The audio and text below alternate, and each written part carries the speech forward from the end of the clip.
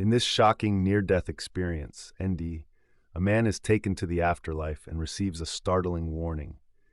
He meets a figure claiming to be Prophet Muhammad, who tells him about the lies of Islam and the truth about what happens after death. Stay with us as we unravel a journey that challenges everything we thought we knew about life, death, and eternity. Watch to the end and don't miss a message that could change your life forever. I never thought that my life would change in a single moment. My name is Goran, and I'm 45 years old.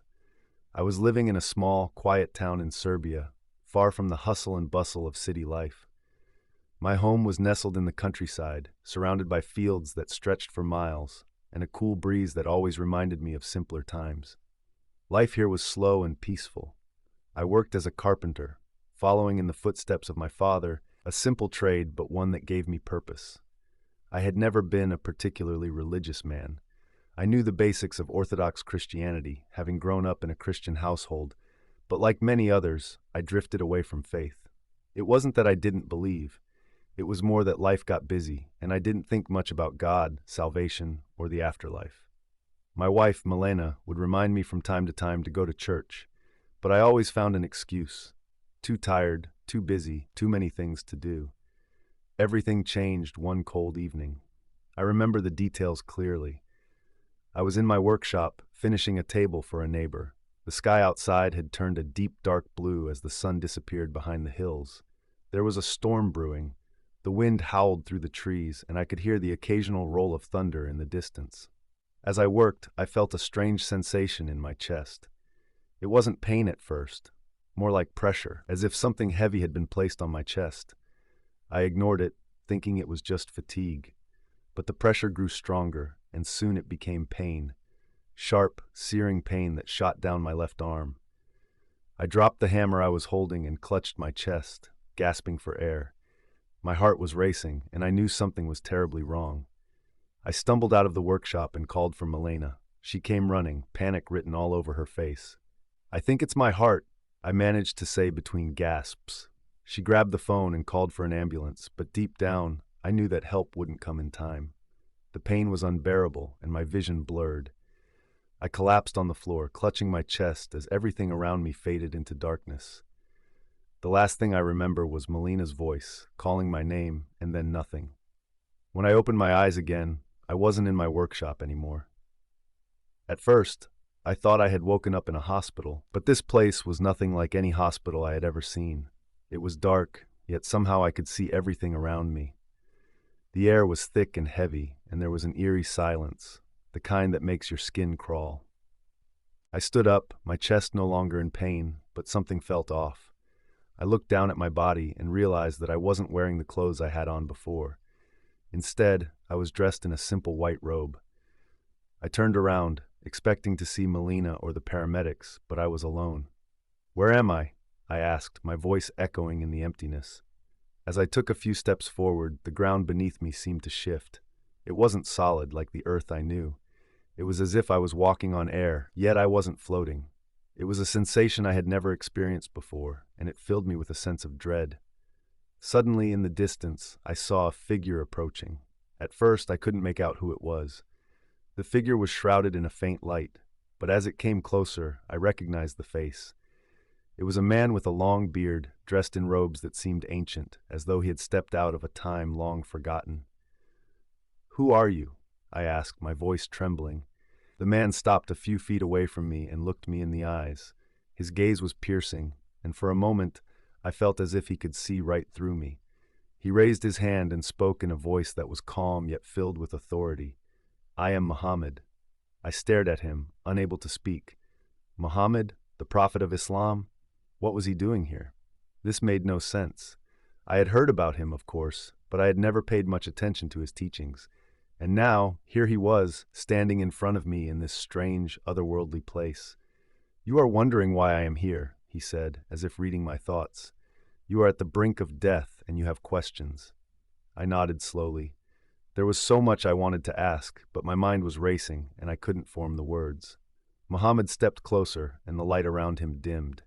His expression changed, becoming more serious, almost grave.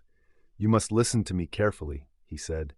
"Islam is a lie. I was deceived, and in turn, I deceived many.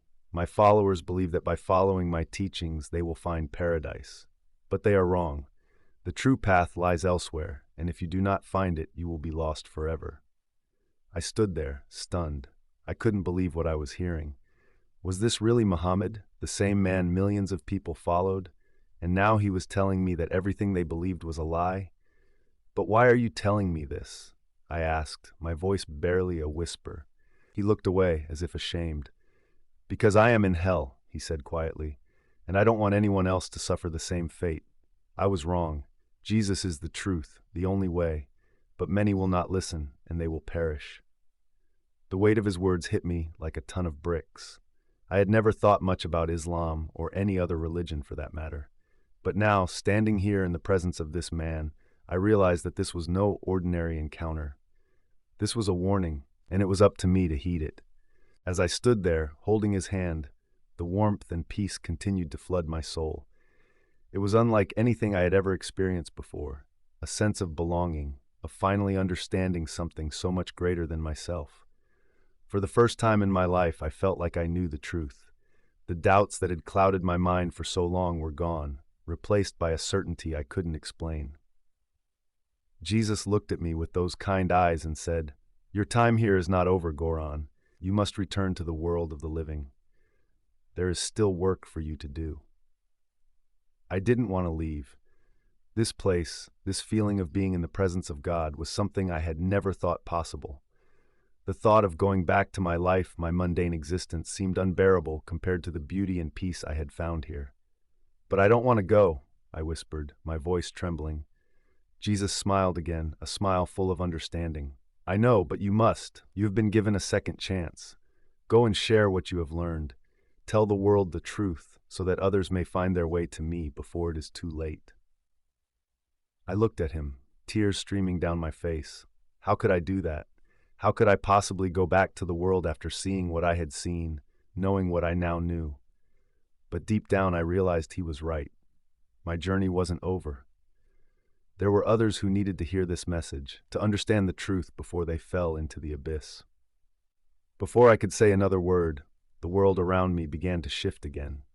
The light faded, and the peaceful meadow dissolved into darkness. I felt a strange pulling sensation, as if I was being yanked backward, and in the blink of an eye, I was falling through the void.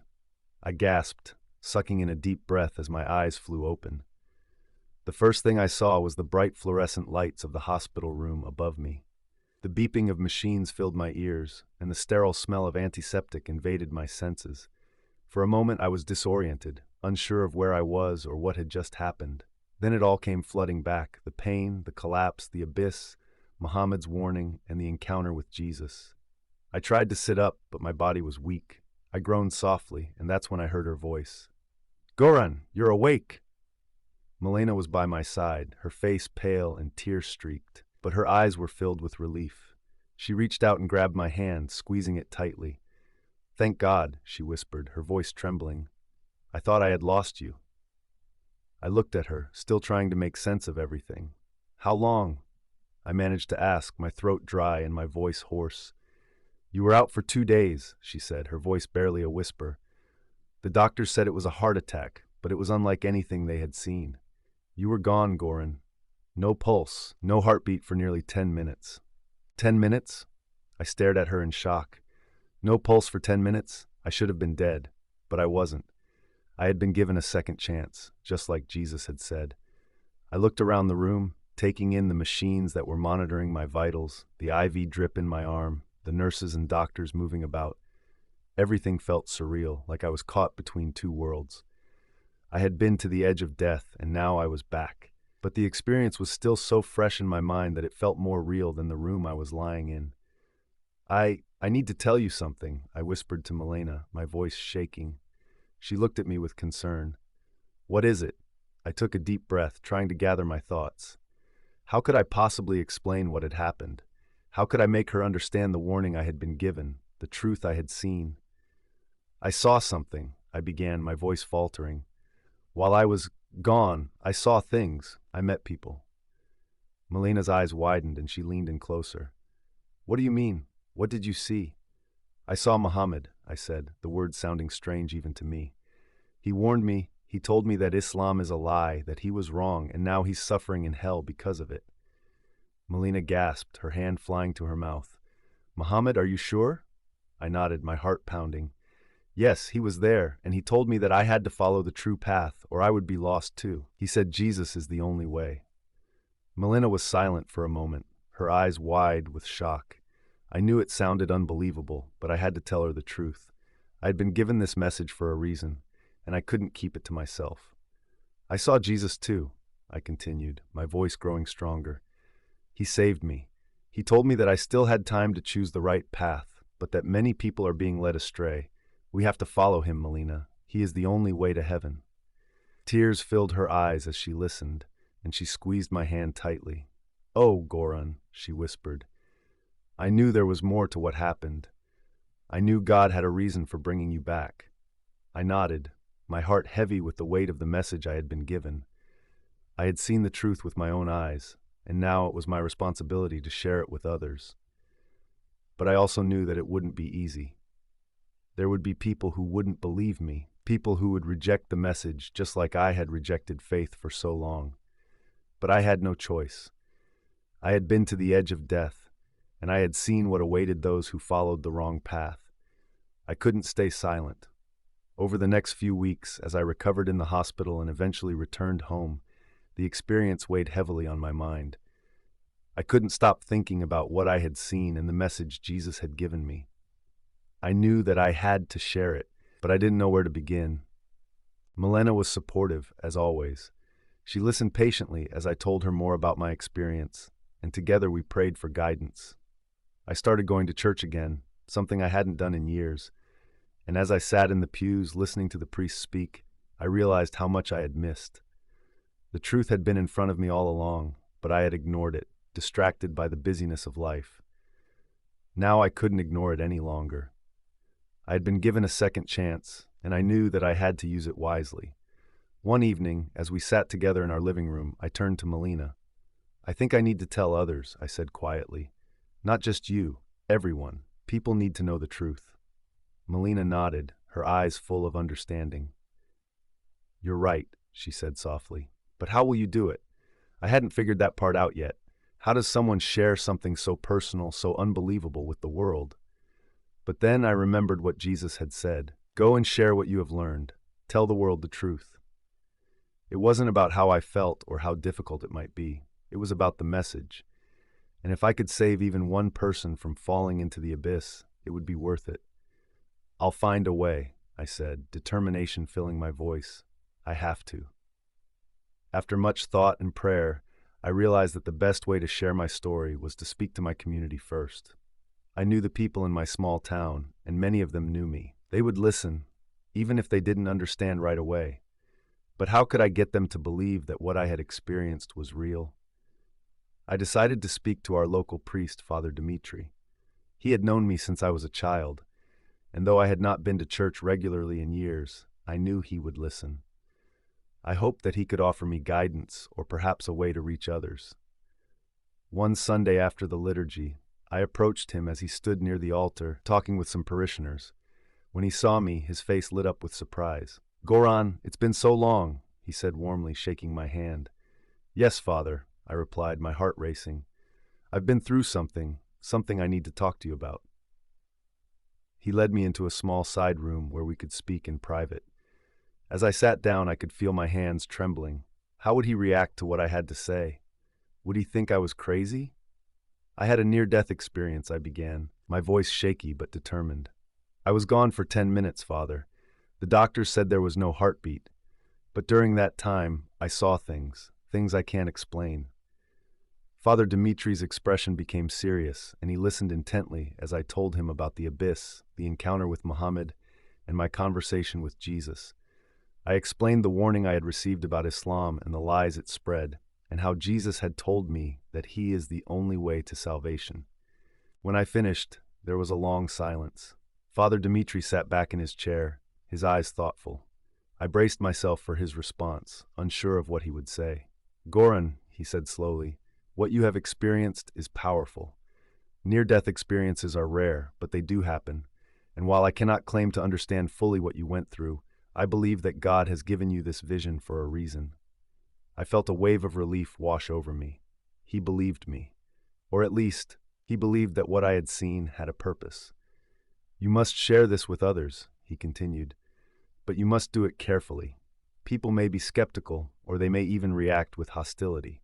Faith is a deeply personal matter, and challenging someone's beliefs can be difficult. But if God has called you to this, then you must obey. I nodded, my resolve strengthening. How do I begin? Father Dmitri smiled gently. Start with those closest to you. Speak to your neighbors, your friends. Tell them what you have seen, and let them decide for themselves. But above all, pray for guidance and trust that God will lead you. The next day, I began reaching out to people in the town. It started small. I spoke to a few neighbors, explaining my experience and the message I had been given. At first, many were shocked. Some didn't know what to say, and others reacted with skepticism, but most listened politely. I could see the doubt in their eyes, but I didn't let it discourage me. I knew that what I had seen was real, and I had to keep going. Word spread quickly through the town. Soon, more people were approaching me, asking to hear my story. Some were curious, others were concerned, but all of them listened. I told them about the warning I had received from Muhammad and the truth I had learned from Jesus. I spoke about the abyss, the souls I had seen suffering, and the certainty that there was no other way to heaven except through Christ. One evening, as I sat with Milena at the dinner table, she looked at me with a mixture of pride and concern. People are talking about you, she said softly. Some are inspired, but others, they don't believe you. I sighed, nodding. I knew it wouldn't be easy, I replied, but I have to keep going. They have to know the truth. Milena reached across the table and took my hand. I believe in you, she said firmly, and I believe that what you're doing is right. Just don't lose heart. Her words gave me strength. I continued to share my story, but as Father Dmitri had warned, there were challenges. Some people openly mocked me, accusing me of trying to spread lies. Others refused to listen, too set in their ways to consider the possibility that what they believed might be wrong. It was disheartening, but I reminded myself of the mission I had been given. One night, as I lay in bed, exhausted from another long day of trying to reach people, I prayed for guidance. Lord, I whispered, I don't know if I'm doing this right. I don't know if I'm reaching anyone. Please show me the way. The next morning, something unexpected happened. I received a phone call from a journalist in a nearby city.